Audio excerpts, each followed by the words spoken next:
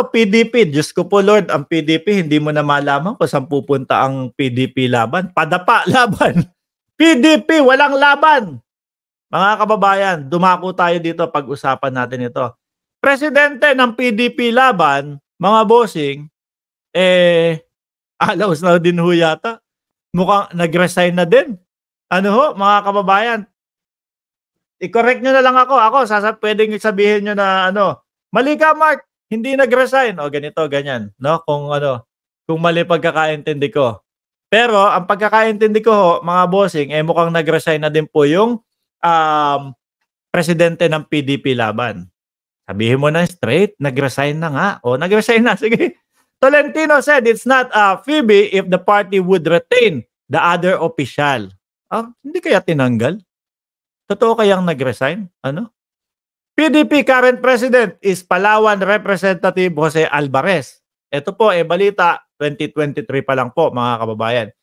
Ano ba nangyari? In February, Alvarez expressed support to keep Tacloban Representative Ferdinand Martin Romualdez as speaker after Duterte slammed the president's cousin and described the House of Representatives the most rotten institution. So mga bossing, lumabas sa mga pahayagan na meron na po na bagong presidente. Paunti sila ng paunti. Ano po? Mga bossing? Paunti ng paunti. Syempre, mga boss, chief amo, sir, sino po ba ang papalit dito sa presidente na si Representative Jose Alvarez? Ito po, mga kababayan. Pakita ka na. Ayan. Sino po ang papalit? Ayan daw po, mga kababayan. This handout photo from Partido Demokratiko Pilipino shows former President Rodrigo Duterte speaking. April 18 pa ito. Huli kong nakita na interview ni PRRD. May 11.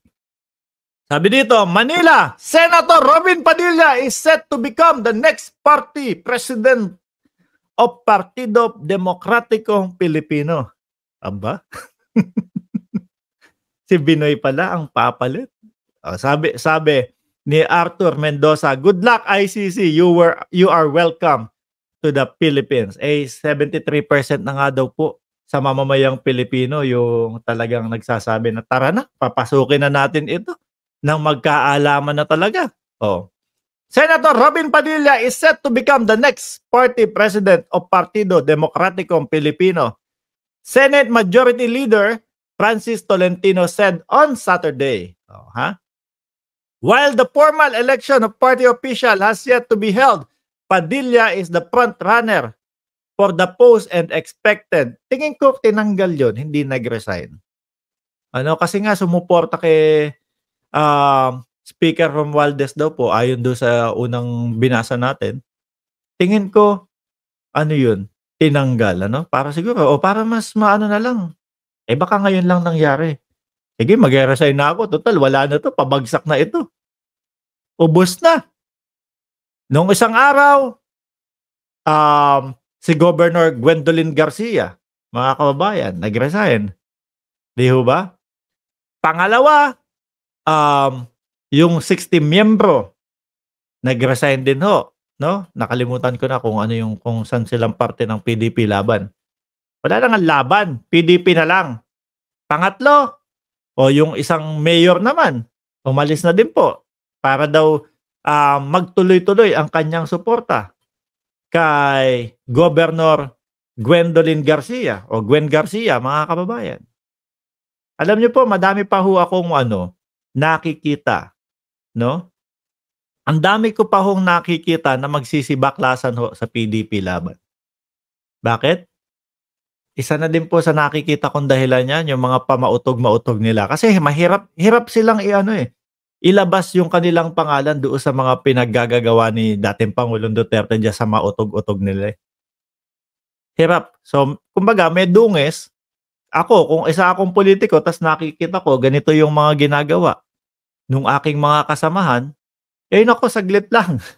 Aalis ako dyan. kesa madamay pa ako. Sabi ni Edbon, 899 likes ako, bro Mark. Salamat po. No?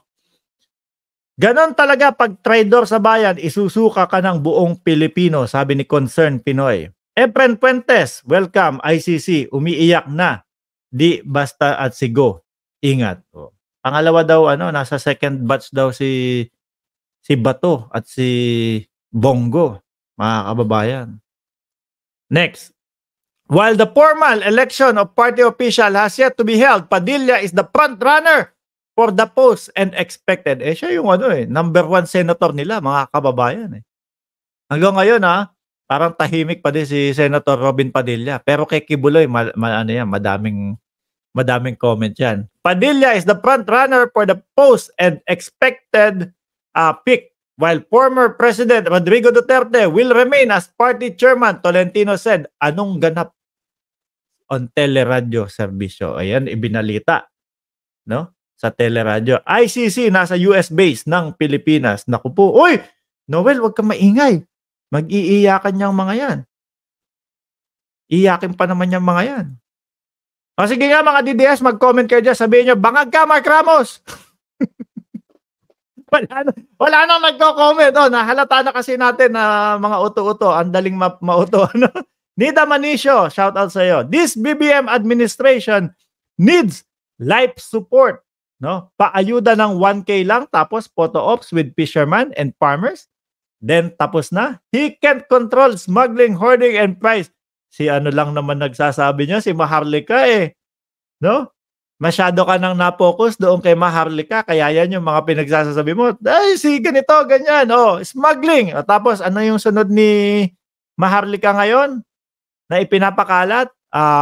Yung kidnap naman daw. Hindi umubra yung PDEA leaks nila. Kaya si Bato sabi, wala na kaming tiwala sa iyo, Bato. Wala na kaming tiwala sa iyo, Bato. Yung mga DDS naman, mga uto-uto. Wag na nating iboto si Bato. Ayun, kawawang Bato. wala nang mapuntahan si Bato. 'Di ba? Sigaw ba naman ni Maharlika? Wala na kaming tiwala sa iyo, Bato. Kasi hindi nasunod yung kanyang gusto doon sa Senado. Nung isinigaw doon sa channel, may nanonood ng 16,000 viewers. Yung mga DDS, hindi na natin boboto si Bato. Di na alarma si Banat Bay. Sabi, wag kayo maniniwala dyan. Siyempre, ni Banat Bay yan? Pambato din ni Banat Bay yan, si Bato de la Rosa, mga kababayan. DDS nga di ba? Sabi ni Banat Bay, wag kayong maniniwala dyan. Paniwala dyan. Sisira lang tayo dyan.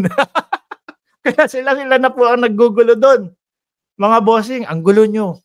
Mga DDS. Osang, solid Marcos, 899. Salamat po. Kaya umiiyak si Bato. Wala nang pupuntahan.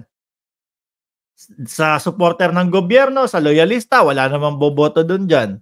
Sa mga kakamping, panigurado ko, wala din. Tapos, pati naman mga DDS, isang sigaw lang ni Maharlika na, wala na kaming tiwala sa iyo, Bato. Sabi ng DDS, hindi ka na namin bumoto. Pero konting feed lang sa kanila. Hindi na nila a-analyze kung ano ba talaga yung mangyayari kapag ka ganun.